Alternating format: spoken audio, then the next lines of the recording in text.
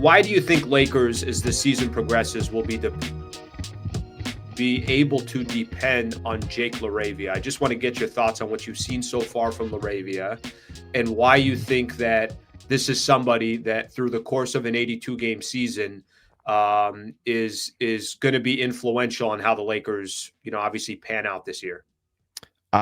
He knows how to play basketball. That's the biggest thing, right? It's not, he's every once in a while, he's a little goofy looking out there, isn't he? A little bit of kind of Bambi on ice. He's trying to dribble the ball, tripping and falling over himself and things like that. But I asked JJ about him the other night and said, how is Jake integrating into this team? He said, it's funny. A lot of people are going to look at, this was coming off of that 10 for 11 shooting night that he had the game before. He said, a lot of people are going to look at the offensive side. It's the defensive side that's impressed me the most. He's putting himself in the right spots at the right time. He's making the right reads. He's using his size, his frame. He's helping us on the boards. He's contesting. And the dude just knows how to play basketball. He knows where to be. He knows when to make the right cuts. And that is helping him out. He has a fairly versatile skill set. We knew that coming in. When Jake Laravia signed with the Lakers, we knew that he was fairly versatile in that he likes to pass the ball. He is a ball mover. He's not a ball stopper. He can shoot a bit from outside. He can dribble a little bit. He's got a fairly crafty little Euro step in the paint, but he is a guy who can do a little bit of everything. And that's exactly what the Lakers have needed. They've needed somebody who can do a little bit on both sides of the basketball, who can give them that versatility. So Jake Laravia, he's not doing anything crazy. I mean, the shooting numbers, they've been a little, above his head for sure. He's not going to shoot at this well all season long, but his ability to read the game is what has really been his superpower. And that's not anything that's going anywhere. He's going to continue to put himself in the right spots. He's going to continue to help on the boards. He's going to continue to make the right reads on both sides of the ball. And that's going to be everything for him moving forward. Yeah, by the way, I think in the broadcast yesterday, if I'm right, I'd have to go back, but Billy Mack and Stu, I thought Billy Mack said something about top 10 in deflections in the NBA, that it's not just about getting the steal as well as are you creating a steal, or maybe it's a deflection that now the shot clock's running down, whatever the case is. If you look at these last couple of games, I feel like there's a few times we've looked, it's like, damn, there's another 3 steals for Jake Laravia or 2 steals or something along those lines. I think what I've been most impressed with, and I think go look at yesterday's stats as well, Rui's going to stand out. Ayton's going to stand out. Nick Smith Jr. is going to stand out. But if you look at Laravia and go down the board, it's like another 5 or 6 assists, another 5 or 6 rebounds, a couple of steals, and still figures out a way to get into double figures. And I think, what you said as well, he's not a ball stopper. No, he's the description of he's just a basketball player, whatever it takes. And I could do a little bit here. I could do a little bit there. I love what you said too about, there are times he does look goofy and there's other times he looks smooth as hell. Yep. I think that's just kind of as he gets a little bit more comfortable, and obviously this team gets a little bit more times and reps. That's one of the more, I think, spots of the roster that I feel really confident about. I don't think Jake Laravia is going to fade away. I don't think this is a, hey, 1 week, 2 week, Jake Laravia looks good. I got a feeling we're going to have games where, there are going to be some games that are better than others, but I think Laravia is definitely going to be around. So that part is definitely exciting to see. We haven't seen much of it so far this year, but in the Reaves and Luka minutes that you have seen, listen, Luka comes back to work and it's like, all right, there's the head honcho. Luka wasn't there, and Reaves obviously stepped in and has been tremendous all season. Clearly, when Luka comes back, Reaves just is not the same player, nor is he supposed to be. What's ideal with those two together? And what have you noticed in the games that they have played together just this season? I'm not worried about last year.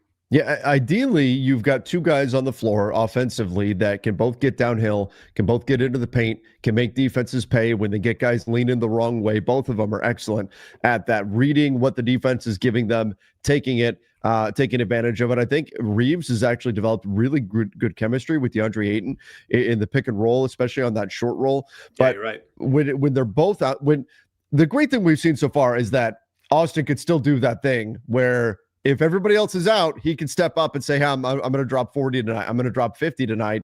And I'm going to help lead us through. And he's done that over the years. We've seen that from him. In fact, his rookie year, I think it was, he had a triple-double. Was it against like Utah or something like that on the final game of the season? Like, he's got the ability in these big games where he has to take on the bigger burden. He can level up. He can level up his play. Can he do that over the long haul over the entire season? We don't know, and you probably don't want to find out. You don't want to be in a position where Austin has to do that all season long. But then when Luka is back, Austin just immediately switches to off ball. And here's the key, Alan, is that it's not, oh man, now Luka's here and I got to switch to off ball. Austin is thrilled that Luka is back. If you've seen the relationship, the chemistry between the two of them, it's phenomenal. They act like siblings. The way they interact with each other, and it's actually really funny. The way they kind of like rib each other and everything. They have a good time out there on the floor, but it's Austin's ability to play off ball that is critical in the offensive end there. And I do think both guys have done better defensively than we've seen in the past as well. I still think they're trying to figure out kind of the your turn, my turn dynamic of things.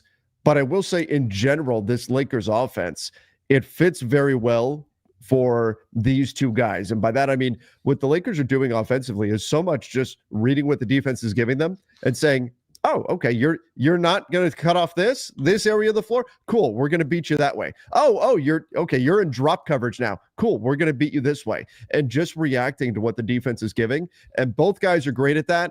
And both guys are also great at attacking the closeouts on driving kick actions as well as creating those actions. So given the way the Lakers are playing offensively right now, both guys stylistically fit in very well with what they're doing. I still think there's a little bit of the, okay, Luka gets 2 turns, Austin gets a turn. Okay, 2 more turns for Luka. Okay, now it's Austin's turn, right? The little bit of the back and forth where that needs to kind of get blended a bit more. They've got some utility plays that JJ's talked about to try to integrate both of them at the same time, and then eventually LeBron as well.